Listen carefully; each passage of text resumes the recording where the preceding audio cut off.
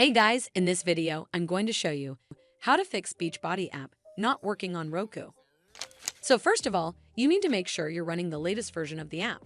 Press the home button on your Roku remote, and then head over to the Beachbody app right over here. Once the app is highlighted, press the star button on your Roku remote to open the options menu. Now it's loading the channel information, and then eventually it will pop up with a menu that gives you some options. We're gonna go up and click where it says check for updates to make sure you're running the latest version of the app. Once it's updated, check if it fixes the issue. But if you still encounter this issue, then you need to hard restart your Roku device. So the first step is to turn off your Roku device using the remote. Then unplug the power cable from the power outlet.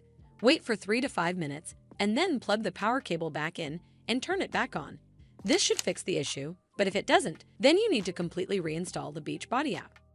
From the home screen, head over to the Beachbody app right over here. Once the app is highlighted, press the star button on your Roku remote, and then click on Remove Channel from the pop-up menu. It's going to ask for confirmation, so click on Remove to uninstall the app from your device.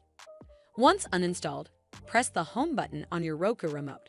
From here, we're just going to use our remote and scroll down until we get to where it says Streaming Channels, and then click OK on your remote. Once you're on this screen, scroll down to Search Channels and type in the app name, and it will then show up right over here. Scroll over to the right, and then click OK on your remote. Then we're going to click OK on where it says Add Channel to install it back on your device. Hopefully, this will fix the issue, and if it did, then make sure you give it a thumbs up to see more videos like this, and don't forget to hit that subscribe button. We'll see you in the next one.